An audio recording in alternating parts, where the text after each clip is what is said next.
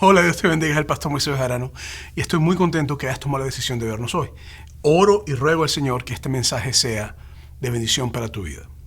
Pero hemos estado en una serie que hemos titulado Apocalipsis Descubierto.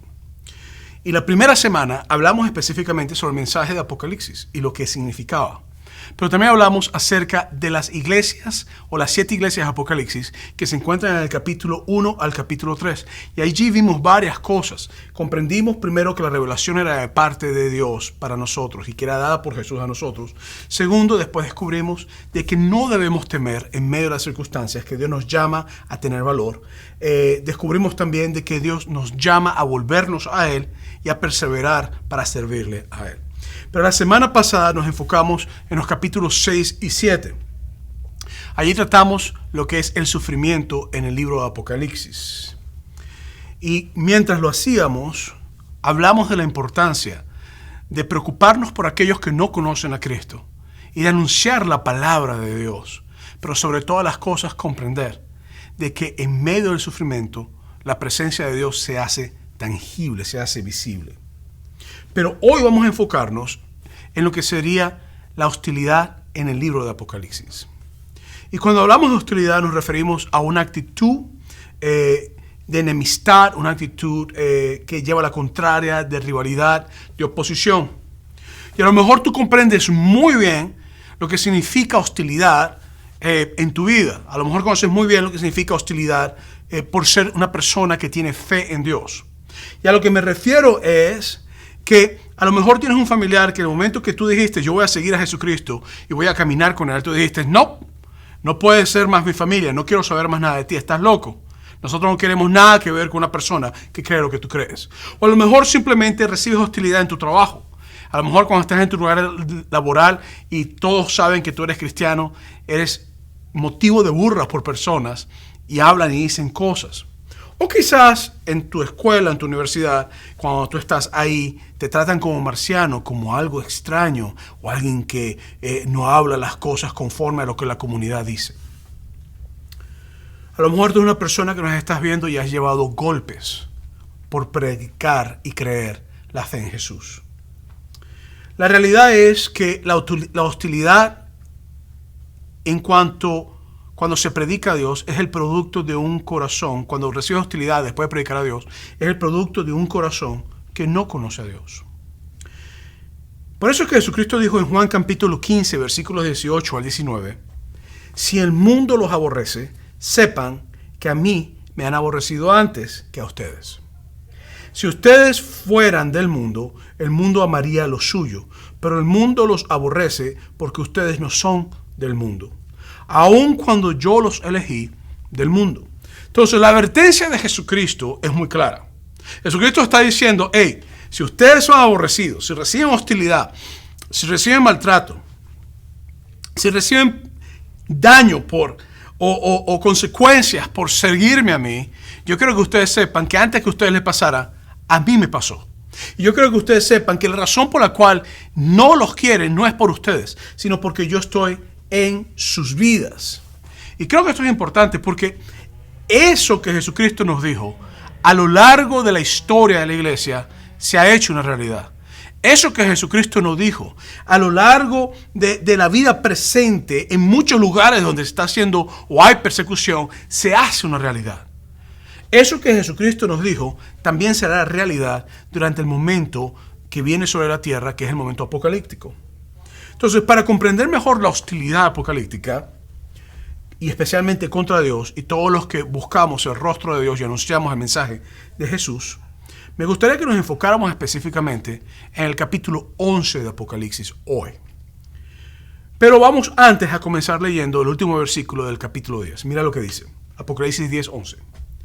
Y se me dijo, debes profetizar otra vez acerca de muchos pueblos, naciones, lenguas y reyes. Y esto es importante porque el autor Juan, después de tener muchas visiones y experimentar la revelación de Dios de una forma muy increíble, la revelación que es para el mundo, ahora Dios le vuelve a recalcar nuevamente de que Él necesita profetizar a naciones, a países, a etnias, a grupos étnicos y a líderes, a presidentes, a presidentas, a reyes, a reinas, que necesita dejarles saber que hay algo que viene. En otras palabras, esto es eminente.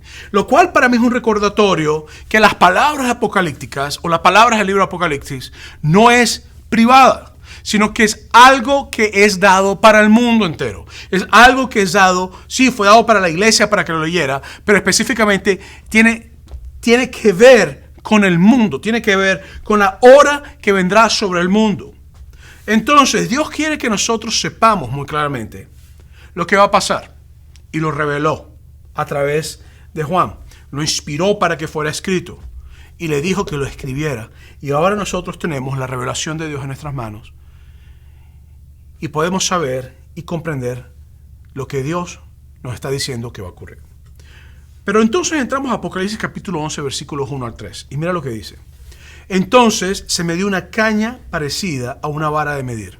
Y se me dijo, levántate y mide el templo de Dios y el altar y cuenta a los que adoran en él. Pero no midas el patio que está fuera del templo, déjalo sin medir, porque ha sido entregado a los no creyentes. Cuando se refiere ahí, te está hablando de los no gentiles específicamente, o los que no son judíos, los gentiles o los que no son judíos. Y ellos van a pisotear la ciudad durante 42 meses. Ahora, Juan sale de unas revisiones, unas revelaciones, escucha la voz de Dios que le dice, tienes que profetizar a las naciones, prepárate porque te voy a dar profecía fresca.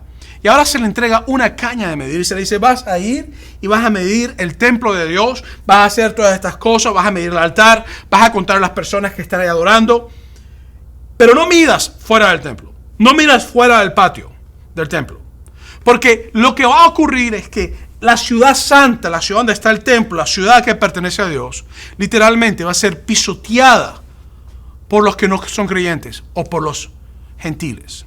Te está diciendo que va a ser pisoteadas por aquellos que van a estar en dominio, en control en la época. Y le da una medida de tiempo.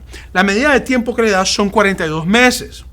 Y creo que es importante esto porque en la Biblia, cuando tú abres la Biblia y tú lees el Antiguo Testamento y te habla del tiempo que Noé estuvo en el diluvio y te habla después en el Nuevo Testamento en cuanto a las medidas de tiempo, parece ser que los años en la Biblia no son de 365 días, sino que son de 360 días. Y cuando tú sacas esos 42 meses, en 360 te da 3 años y medio. Entonces es muy probable que te está hablando exactamente de eso, de 3 años y medio. Un tiempo donde la ciudad santa va a ser pisoteada, donde va a recibir hostilidad, donde va a haber conflictos, donde va a haber afrenta, donde va a haber problemas. Esto quiere decir, durante un periodo de tiempo determinado, habrá dominio del sistema, del mundo, del anticristo, y que pisotearán el pueblo y las cosas que Dios tiene consagradas para él. Lo que sería, en este caso, y lo vamos a leer más abajo en el texto, Jerusalén. Y quiero que comprendamos esto. Pisotear tiene que ver con hostilidad. Tiene que ver con el hecho de que yo me monto encima, yo presiono, yo digo, yo estoy en control, tú te sujetas, yo hago lo que tú digas, yo aquí soy el que mando. Pero entonces luego nos sigue diciendo a nosotros en Apocalipsis 11, 3 al 4, yo enviaré a 2 testigos míos, vestidos de silicio, a que profeticen durante 1260 días. Si sacas la cuenta nuevamente, son 3 años y medio, en años de 360. Estos testigos son los 2 olivos y los 2 candeleros que permanecerán delante del Señor de la tierra. Entonces, tú sacas la cuenta, te das cuenta que está hablando nuevamente de 3 años y medio, tiene que ver con relación a los 3 años y medio en que la ciudad santa va a ser pisoteada o que va a pasar un momento de hostilidad difícil. Y te dice entonces que van a haber 2 olivos. Y que van a ser 2 personas que su trabajo es profetizar, lo mismo que Juan está haciendo, que está escribiendo, pero estas 2 personas van a profetizarle a la tierra por 1260 días. Y esto es interesante porque mientras los gentiles están, o los que no creen en Dios, están pisoteando el lugar donde Dios se está manifestando, el lugar donde Dios va a poner su reino, va a establecerse, ellos tienen autoridad para traer palabra profética, palabra fresca al mundo y están bajo el poder de Dios, aunque la ciudad y todo está siendo pisoteado por el sistema del anticristo. Entonces tenemos que hacernos una pregunta. ¿Quiénes son los 2 testigos y los candeleros? ¿Y a qué vienen? Esa es la pregunta que yo tengo que hacerme al leer esto. Y tengo que preguntarme, ¿aparece esto en otro lugar en la Biblia o esto es primera vez que se menciona?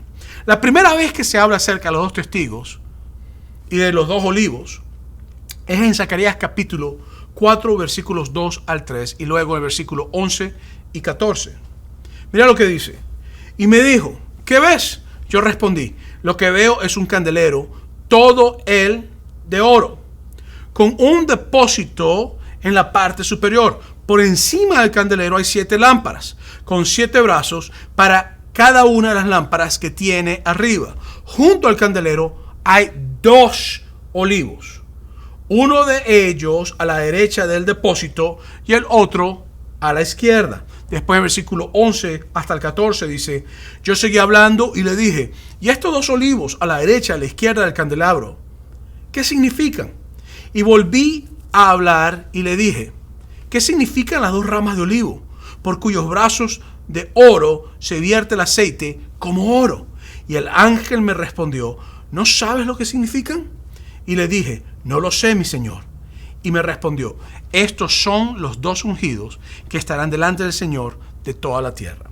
Entonces ahora yo sé ya que lo que Juan está viendo no es algo que es nuevo en la Escritura. Y sé también que es algo que no es algo aislado, no es un asunto aislado, sino que yo sé literalmente que Dios le está mostrando a Juan algo que también le mostró al profeta Zacarías. Y ahora la diferencia es que a Zacarías le dijo, van a ser los 2 olivos que van a estar para el momento de Dios de la tierra, pero a Juan le está diciendo específicamente que por 3 años y medio van a estar, que van a estar ministrando un momento de hostilidad, que va a ser un momento en la ciudad santa, refiriéndose a Jerusalén, y les está diciendo también que en todo este desastre, en todas estas cosas, van a ser personas llenas de profecía y de poder de Dios. Entonces, es interesante porque te dice que ellos son 2 ungidos, es decir, escogidos, separados para hacer algo ante el Señor de la tierra. Pero sobre todo que por sus ramas, porque hay ramas como de oro que están en lo que está viendo Zacarías, que vierte aceite que cae como oro. Y creo que es importante porque a veces en la Biblia el aceite es un simbolismo de la presencia del Espíritu de Dios. Es un simbolismo de la unción de Dios que tiene que estar presente para que en un momento de hostilidad como la que estas personas van a confrontar, puedan ministrar y estar llenos de la palabra de Dios, del poder de Dios, y que en ese momento de hostilidad entonces ellos puedan enfocarse en lo que Dios realmente quiere que ellos hagan. Y cuando te habla acerca de oro, el oro puede ser un simbolismo de el proceso refinado de Dios en sus vidas y la recompensa de Dios y cómo Dios considera la unción que está brotando en sus vidas para ministrar en un momento de hostilidad. Entonces el asunto es que estas 2 personas tienen autoridad de Dios para hacer grandes señales en medio de gran hostilidad, porque están siendo pisoteados, y pisotear no es algo bueno. Si a ti te están pisoteando, tú sabes a lo que esto se refiere. Ahora, la realidad es que estos 2 olivos levantan sus voces, o 2 testigos, y tú vas a decir que la palabra testigos en el griego es la raíz, es de martus, o significa literalmente, o marturían, que significa alguien que ve, que comprende, que habla lo que ha comprendido, lo que ha conocido, pero que está dispuesto a morir también. Por eso, estos no son personas que están siendo llamadas y están yendo a un lugar y no saben lo que pueden enfrentar, sino que ellos están claramente que al ellos ser testigos de Dios y caminar el momento que están caminando, la muerte puede llegarles. Es decir, no son 2 personas tontas que no comprenden lo que están haciendo y como vienen reciben consecuencias. No, muy conscientemente aceptan el llamado y van al sitio que tienen que ir sabiendo que pueden haber consecuencias. Pero no solamente son los 2 olivos que han sido ungidos para levantar sus voces en medio de hostilidad, sino que hoy en día hay miles de hombres y mujeres en todo lugar donde hay persecución o donde hay algún poco de hostilidad contra el mensaje de Dios, que mientras están siendo pisoteados, la unción del Espíritu Santo fluye por sus vidas y ellos pueden levantarse, alzar su voz, y sus voces literalmente se convierten en aceite, en fragancia grata ante Dios, puro como el oro. El asunto es que la hostilidad para la iglesia de Cristo no es algo nuevo. La hostilidad para el cuerpo de Cristo es algo que ha pasado desde que tiene comienzo. Lo vivieron los apóstoles, lo vivió Jesús, lo vivieron los profetas que anunciaron al Mesías. Lo vivió la historia de la iglesia, lo viven nuestras hermanas y hermanas hoy. Quizás lo vives tú y se vivirá también en el futuro. En Apocalipsis capítulo 11, versículos 6 al 7 dice: si alguien quiere dañarlos, de su boca sale un fuego que consume a sus enemigos. Cualquiera que quiera hacerles daños morirá de esa manera. Ellos tienen poder para cerrar el cielo e impedir que llueva durante los días de su profecía, es decir, 3 años y medio. Tienen también poder para convertir el agua en sangre y para azotar la tierra con toda clase de plagas, todas las veces que quisieran. Ahora, imagínate a dos personas en medio de tal hostilidad, un mundo que realmente no los quiere, hablando un mensaje que no quiere escuchar el mundo, y sobre todo no solamente palabras, sino palabras con señal, palabras con manifestaciones de poder del Espíritu de Dios. Y el asunto es que todo el que quiera hacerle daño, ellos tienen la autoridad de hablar y sus palabras son comparadas con fuego que consume. Esto es importante que lo comprendamos, porque te está hablando de que tienen una unción especial para ministrar y hablar en momentos de crisis, donde sus palabras son como fuego que consumen. Y quiero decirte que hay momentos en la vida de nosotros donde hay gran hostilidad en el momento alrededor de nosotros y viene una unción del Espíritu Santo en nuestras vidas y salen palabras por nuestras bocas que se convierten literalmente como en fuego que consume al que lo escucha. Hay momentos donde tú estás bajo la presencia del Espíritu y la presencia del Espíritu llega a tu vida, llena tu corazón, llena tu mente, llena tu alma, y lo que ocurre es que hay palabras increíbles llenas del poder de Dios y el que lo escucha se siente consumido, como que arde algo en su corazón. Es el ejemplo de Esteban cuando estaba siendo apedreado en el libro de Hechos. El hombre empezó a hablar, la palabra de Dios empezó a fluir por su boca. Se consumió el corazón de los que lo oían. Tomaron piedras y arremetieron en contra de él. Es el ejemplo de Jesucristo. Cada vez que Jesucristo llegaba a un sitio y empezaba a hablar, empezaba a predicar, empezaba a enseñar, los fariseos, las personas líderes religiosos, las personas de su época, unos se consumían para arrepentimiento, otros se consumían para hostilidad contra Jesús, hasta el punto que lo crucifican. Entonces, tus palabras bajo la unción del Espíritu de Dios pueden llegar a ser como fuego consumidor. Si estás en un momento de hostilidad, de crisis, que necesitas tener la presencia del Espíritu para ministrar. Ahora, estas dos personas tendrán una unción para cerrar el cielo, es decir, para que haya sequía, para convertir el agua en sangre. Y eso es interesante porque me habla de dos cosas que ocurren con agua específicamente. Si no hay lluvia, hay un problema. Porque si no hay lluvia, California tiene ya años en sequía y nosotros pasamos problemas con el agua. Si no hay lluvia, se seca todo. Si se seca todo, hay que buscar agua de un lugar. Si no hay agua específicamente, no hay comida, no hay frutos, no hay nada. Pero entonces, aparte que no hay lluvia, el agua que tienen se convierte en sangre. Entonces, si no hay agua potable o agua para regar y el agua que tienen se convierte por una bacteria, sea sangre literal o que sea, que es la pregunta que estoy haciendo siempre a lo largo de esta serie, ¿qué es simbólico en Apocalipsis y qué es literal? Vamos a decir que esta conversión del agua en sangre es literal, como ocurrió con Moisés. Entonces, hay un problema. Vamos a decir que es un simbolismo de las aguas contaminándose y tener un color rojo.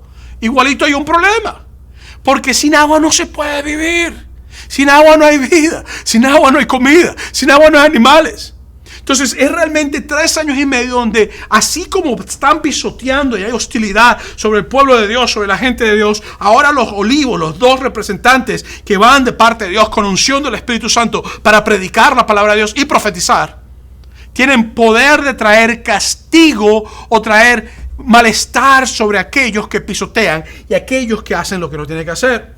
Pero me encanta esto porque mientras el sistema está pisoteando sus tanques, sus guerras, su fuerza, sanciones, lo que sea, económicas del asunto, los dos olivos no tienen que recurrir a asuntos que el hombre puede controlar.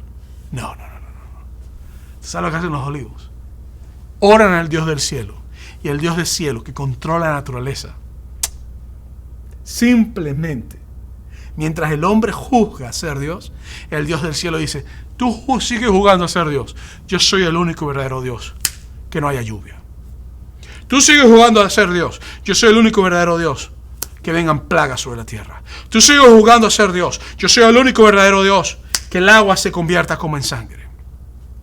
Y el asunto es que lo interesante es que no es la primera vez que este tipo de manifestaciones son presentadas por el poder de Dios y que ocurren en la tierra. Sino que en el caso por lo menos de Elías, el profeta, oró y los cielos fueron cerrados cuando estaba Acab. Y eso lo encuentras en Primera de Reyes, capítulo 17, versículo 1. Primera de Reyes, capítulo 17, versículo 1. Pero entonces hay 10 plagas específicamente. Y las 10 plagas fueron 10 plagas de Egipto que ocurrieron bajo Moisés y Aarón. Y estaba también Miriam con ellos. Pero el asunto es que en medio de estas 10 plagas, la primera plaga que ocurre es el agua se convirtió como en sangre. Y lo puedes encontrar en Éxodo capítulo 7, versículos 14 al 28.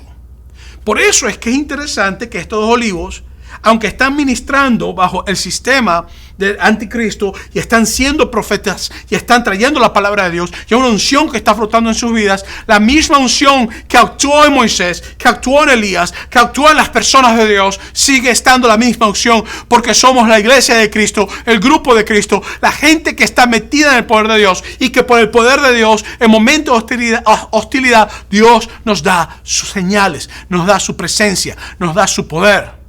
Y creo que esto es importante porque después de Apocalipsis 11, 7 al 8 dice, cuando terminen de dar su testimonio, la bestia que sube del abismo, está hablando del anticristo, de Satanás, quien sea, eso vamos a hablar más adelante durante la serie, vamos a hablar sobre el sistema anticristo, luchará contra ellos y los vencerá. Y les dará muerte, y sus cadáveres quedarán tendidos en las calles de la gran ciudad, la que en sentido espiritual se llama Sodoma, y también Egipto, donde el Señor de ellos fue crucificado. Y creo que esto es importante porque te empieza a sacar algo aquí. Entonces, claramente el ministerio de estos dos olivos tiene fecha de término, se acaba. No es que ellos entran cuando quieren y terminan cuando quieren. No. Acá hay un propósito eterno, hay un propósito de Dios, hay un llamamiento específico para hacer señales y profetizar en medio de un sistema que oprime, que pisotea, que tiene hostilidad contra la palabra de Dios y el pueblo de Dios. Entonces, al terminar el tiempo de Dios, 3 años y medio es para ellos, la bestia que sale del abismo se le da la autoridad, hace guerra contra ellos y los vence. Y el momento de la victoria es su muerte. Lo interesante es que tengo que admitirles que para mí esta de las partes favoritas del capítulo.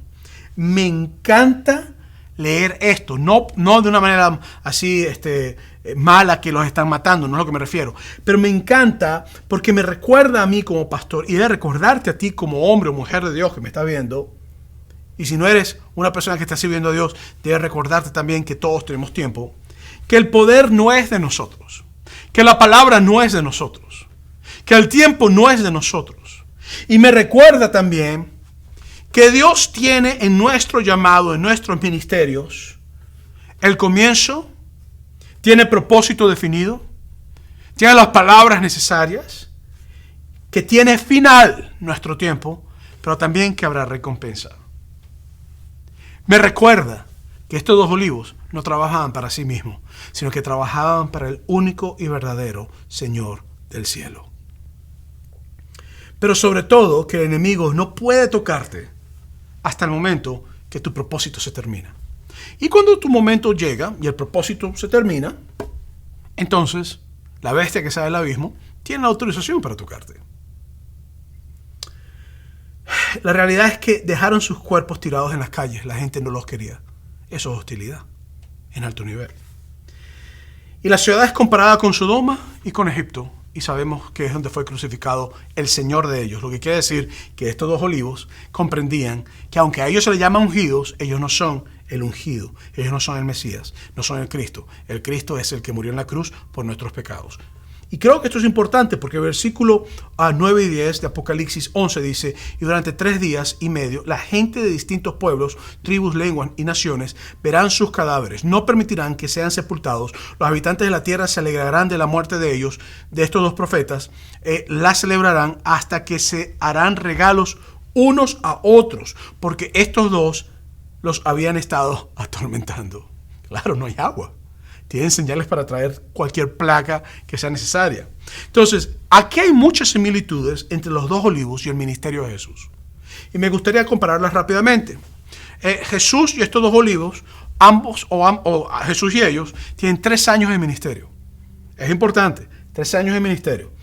Al tercer año son asesinados. Jesucristo fue crucificado y fue sepultado.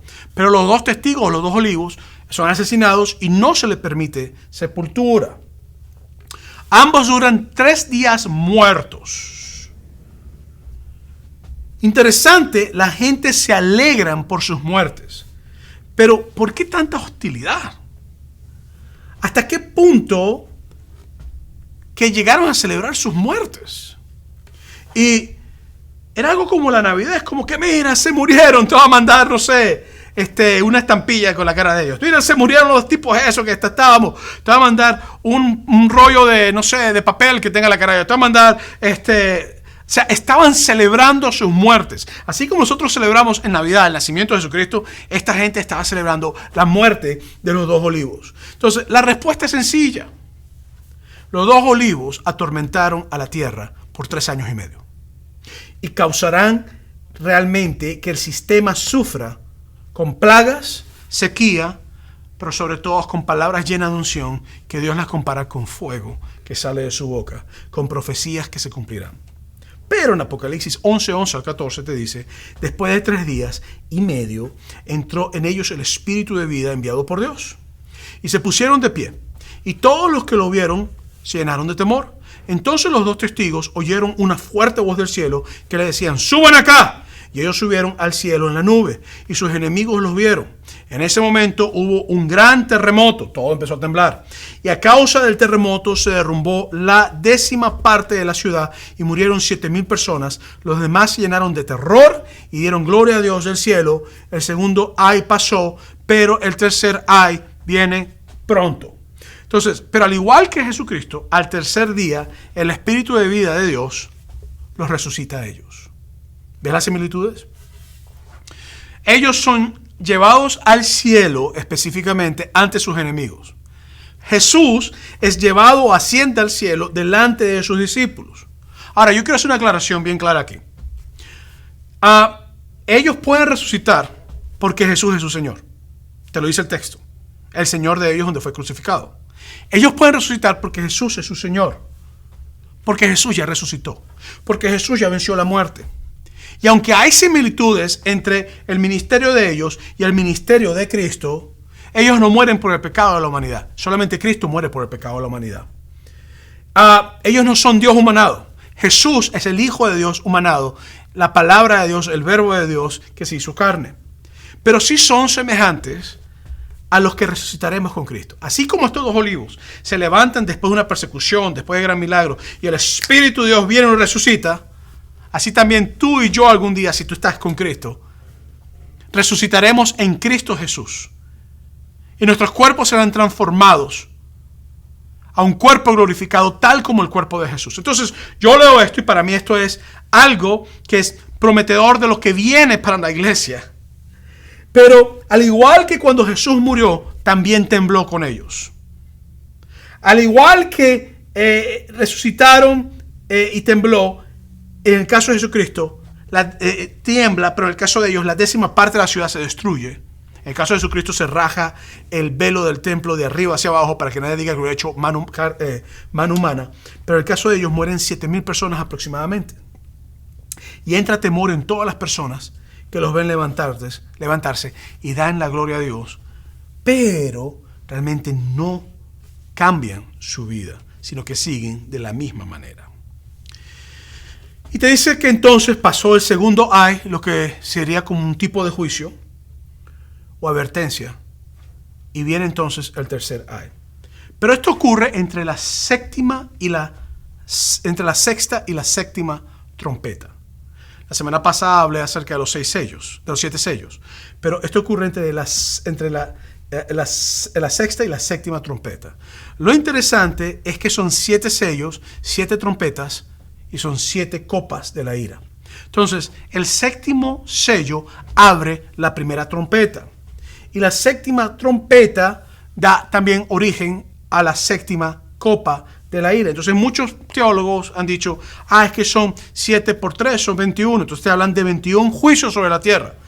Yo creo que los sellos específicamente hablan de los juicios de Dios de una manera más amplia. Que las trompetas traen una imagen más cercana de los juicios de los sellos, y que las copas lo que hacen es traer más a lujo y detalle los sellos y las trompetas. Tú puedes creer que son 21 juicios o que son 7 juicios. ¿Qué es lo que piensan? No es para salvación, pero sí es interesante traer ese detalle. Entonces en Apocalipsis capítulo 11, 15 al 16 te dice: cuando el séptimo ángel tocó su trompeta, se oyeron fuertes voces en el cielo que decían: los reinos del mundo han llegado a ser de nuestro Señor Jesús y de su Cristo, y Él reinará por los siglos de los siglos. Entonces los 24 ancianos que estaban sentados en sus tronos delante de Dios inclinaron su rostro y adoraron a Dios. Inmediatamente después de la resurrección de los 2 olivos, un ángel toca la séptima trompeta. Y lo que ocurre es que se escuchan fuertes voces. Y las voces proclaman: los reinos del mundo han llegado a ser de nuestro Señor y su Cristo. Y Él reinará por los siglos de los siglos. En otras palabras, con anticristo o sin anticristo, Dios es rey y reina en la eternidad. En otras palabras, no es el sistema del anticristo. No es el sistema de hostilidad. No es el anticristo. No es la humanidad. Es el Dios eterno que está en control de todas las cosas. Y para mí entonces me lleva a comprender que el libro de Apocalipsis no es un libro de miedo, sino que es un libro de la esperanza para los que creemos en Dios, que aún en medio de toda hostilidad, Dios sigue siendo Dios. Yo no sé por qué tu problemas tú estás pasando, yo no sé si tienes crisis en tu vida, yo no sé si tienes grandes conflictos familiares, si tienes grandes conflictos emocionales, si tienes conflictos en tu trabajo, o no estás viendo en otro país donde hay persecución. Yo no sé lo que estás pasando, pero te digo algo: en medio de tu hostilidad que estás sufriendo, en medio de tu crisis, tu Dios reina, tu Dios se sienta en el trono, tu Dios está allí. No te rindas, porque Jesús sigue siendo Señor. Nunca perderá su título, jamás perderá su poder, seguirá siendo Señor. Y creo que esto es importante porque ahora en la crisis Dios sigue en control, y los 24 ancianos que vimos la semana pasada, y hablamos de ellos en el capítulo 4 de Apocalipsis, lo mencionamos brevemente, que estaban sentados en sus tronos ante la presencia de Dios, se humillan ante la presencia de Dios y literalmente adoran a Dios. ¿Tú sabes por qué? Porque la verdad es que mientras que haya hostilidad alrededor tuyo, hay hostilidad en la tierra, y la humanidad sigue queriendo juzgar a Dios y tirándosela de que es Dios o son Dios, el verdadero y único Dios recibe la adoración de su iglesia, recibe la adoración de todos los que vivieron y los que vivimos por Él y para Él. Y todos decían en el versículo 17 y 19: te damos gracias, Señor Dios Todopoderoso, el que eras, porque has tomado tu gran poder y has comenzado a reinar. Las naciones se han enfurecido, pero ha llegado tu ira, el tiempo de juzgar a los muertos, de recompensar a tus siervos, los profetas, a los santos, a los que temen tu nombre, los mismos, grandes que pequeños, y de destruir a los que destruyan la tierra. En este momento el templo de Dios se abrió en el cielo, y en él se veía el arca del pacto. Hubo entonces relámpagos, voces, truenos y un terremoto y una gran granizada impresionantemente. Las naciones se han enfurecido. La hostilidad se ha hecho contra Dios. Se levantan voces contra Dios. Pero aún en medio de esto, la iglesia proclama: tú eres el Dios todopoderoso. Eres el Dios justo que juzga con justicia y con misericordia.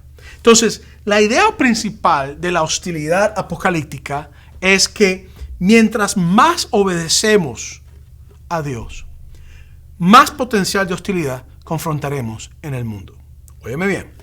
Mientras más obedecemos a Dios, más potencial de hostilidad confrontaremos en el mundo. Déjame recordarte las palabras con las que comencé, donde Jesucristo dijo en Juan capítulo 15, versículos 18 al 20, si el mundo los aborrece, sepan que a mí me han aborrecido antes que ustedes. Si ustedes fueron del mundo, el mundo amaría lo suyo, pero el mundo los aborrece porque ustedes no son del mundo, aun cuando yo los elegí del mundo. Acuérdense de la palabra que les he dicho, el siervo no es mayor que su Señor. Si a mí me han perseguido, también a ustedes los perseguirán, y han obedecido mi palabra, también obedecerán la de ustedes. Entonces, ante el mensaje de Dios hay varias maneras en las que podemos actuar. Número 1, molestarnos con Dios. Yo puedo escuchar la palabra de Dios y llenarme de rabia. En Apocalipsis capítulo 11, versículos 9 al 10 dice, y no permitirá que sean sepultados los habitantes de la tierra, se alegrarán de la muerte de estos dos profetas, la celebrarán y hasta se harán regalos unos a otros, porque estos dos los habían estado atormentando. Entonces, las personas ni siquiera querían que los sepultaran a los dos olivos. Esto es hostilidad, tenían rabia, le tenían idea, no querían saber nada de ellos. La realidad es que me acuerdo ministrando en lugares perseguidos, donde nos echaban orines, donde nos tiraban piedras literalmente, y las piedras a veces golpeaban nuestras cabezas, golpeaban nuestras espaldas, a veces rompían los vidrios de nuestros carros. Me recuerdo llegar a un sitio, entrar a tener un servicio y cuando salir, las llantas, los cauchos del carro, estar ponchados, estar despichadas, simplemente el agua salir. Nos rompían las ventanas de la iglesia, nos caían a golpes en ocasiones, se burlaban de nosotros. Y todo porque el mensaje de Cristo los llamaba a arrepentimiento.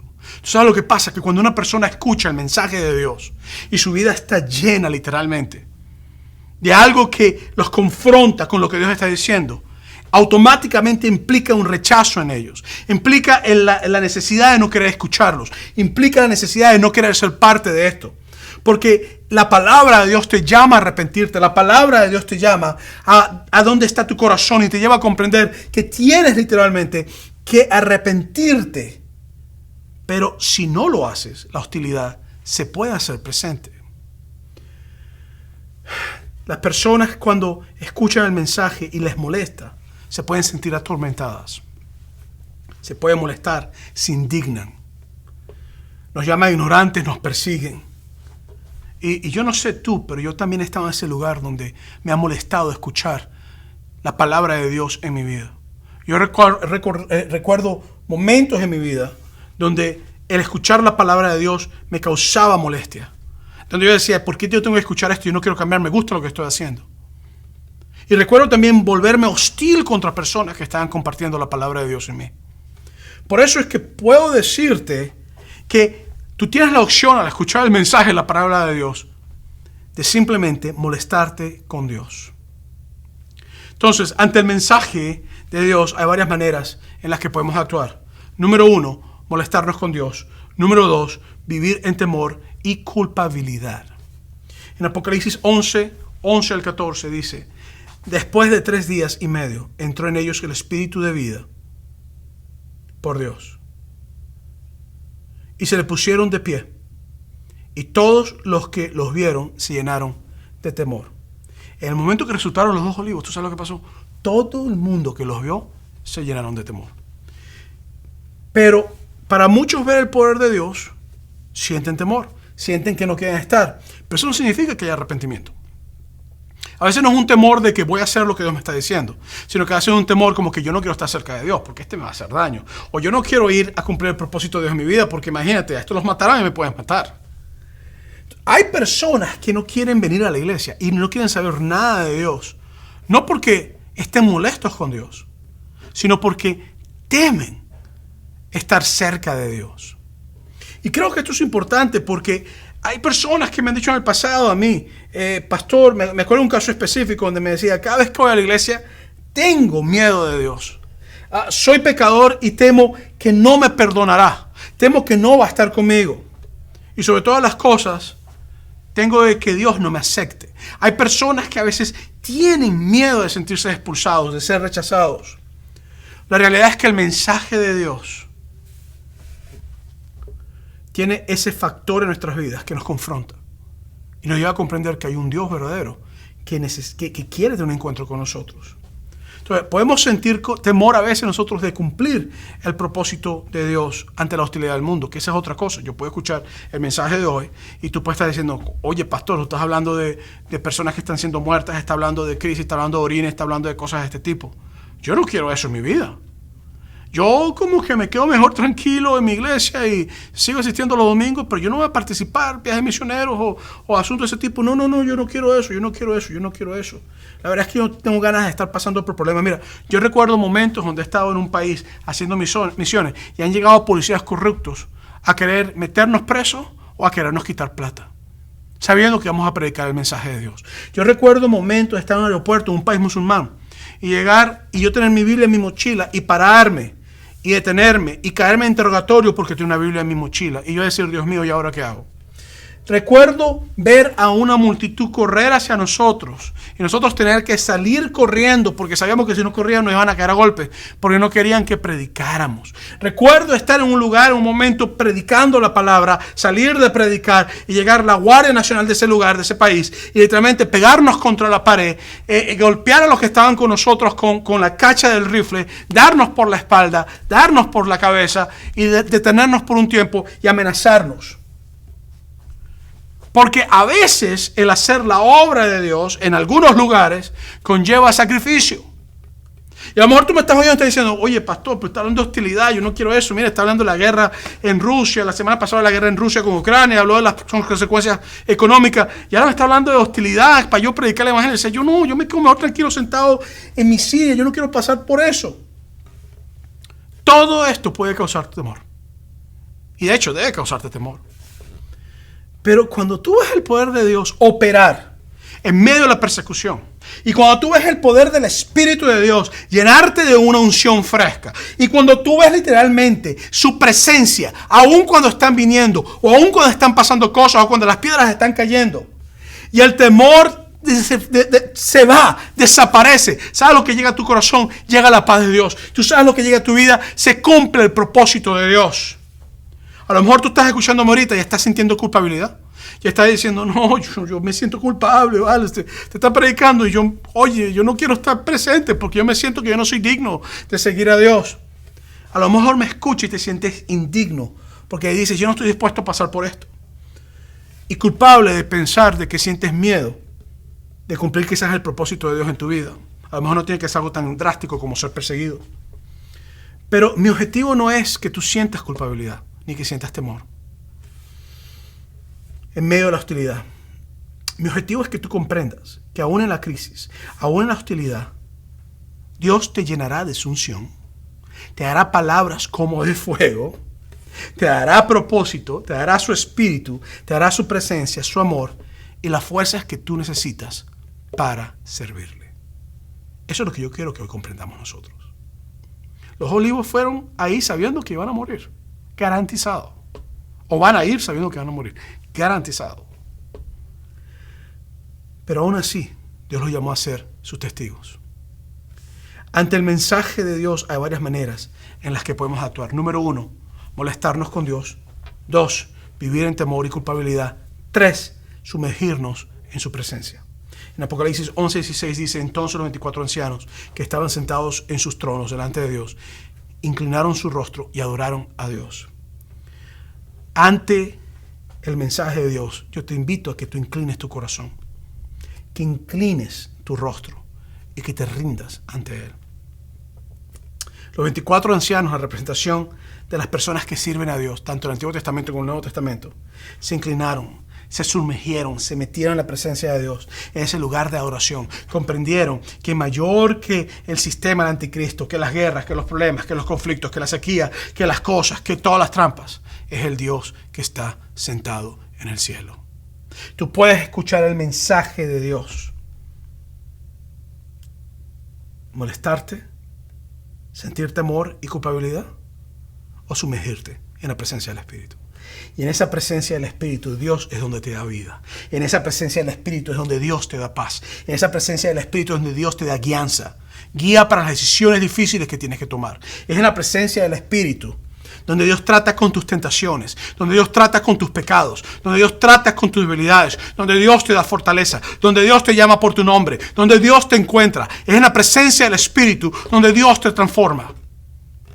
Por eso es que es importante comprender que en la presencia de Dios, en medio de la hostilidad, sea en la burla de la familia, en el rechazo familiar, en tu trabajo, en la escuela, de tu vecino, si tú sigues al Dios vivo y comprendes tu propósito y rindes tu ego y te rindes por completo a Él, tus pensamientos, tus pecados y todo lo que tú tienes, podrás ser instrumento lleno de la unción del Espíritu Santo en las manos de un Dios poderoso que está por encima de todo sistema, de todo mundo, de todo rey, de todo anticristo, de toda bestia. Por eso me gustaría hoy darte un reto. Quiero retarte que, número 1, busques el reino de Dios primero. Quiero retarte a que te metas en la presencia de Dios. La hostilidad se combate no con fuerza. La hostilidad no se combate con fuerza. La hostilidad se combate metiéndote en el reino de Dios, en la presencia del Espíritu Santo. Número 2, ora por fortaleza y discernimiento ante tu propósito. Pídele a Dios que te dé el valor y la capacidad de hacer la obra que Él te está llamando a hacer. Pídele a Dios que sea lo que sea alimentar a personas que están en necesidad, trabajar con eso, trabajar con huérfanos, trabajar dentro de una iglesia, trabajar en un país donde no hay persecución, no importa dónde seas, trabajar en un sitio donde hay persecución, ser misionero, misionera, no importa. Pídele a Dios que te dé fortaleza y discernimiento ante el propósito tuyo. Número 3, haz tu propósito prioridad en tu vida, no tu comodidad. No permitas que tu comodidad vaya por encima de lo que Dios te está llamando a hacer. Comprende que mayor que lo que tú quieres y mayor que tu comodidad es el propósito eterno que Dios tiene en ti. Y número 4, usa tus dones y recursos para expandir el reino de Dios. En otras palabras, permite que la palabra de Dios y los dones que te han dado y lo que Dios te ha puesto en tus manos, recursos que tienes, sean para trabajar para la gloria de Dios. A lo mejor tú me estás viendo ahorita y tú eres una persona que tienes miedo porque simplemente toda la vida has temido de predicar, de salir, de anunciar. O a lo mejor sientes culpabilidad, te sientes mal porque sabes que tienes miedo de hacer lo que Dios te ha llamado a hacer. O alguna persona que tienes temor porque simplemente tienes miedo que Dios te va a rechazar. Yo te invito a que no vivas más en temor y en miedo, y mucho menos en culpabilidad. Te invito a que aceptes el propósito de Dios, el llamado de Dios, y que te muevas en Dios. A lo mejor tú estás molesto por el mensaje y dices, yo no quiero escuchar más esto es una loquera total, o yo no quiero servir a esto, no sé por qué me mandaron esto. Óyeme muy bien, no te molestes. Escucha la palabra de Dios, que puede cambiar tu corazón y puede transformarte. A lo mejor tú me estás viendo hoy. Yo quiero hacerte una invitación. Sencilla la invitación. Sumérgete en la palabra de Dios. Sumérgete en su presencia. Llénate del Espíritu Santo y verás la mano de Dios en unción como ti, por sobre ti. Y palabras de unción saldrán de tu boca para hacer la obra de Dios. Si tú quieres recibir a Cristo, te invito a que ores conmigo esta simple oración. Repite conmigo: Señor Jesús, yo te recibo como mi Salvador. Mi vida es tuya. Hoy yo te proclamo mi Señor públicamente para servirte. En el nombre de Jesús te lo pido, Padre Celestial. Amén y amén.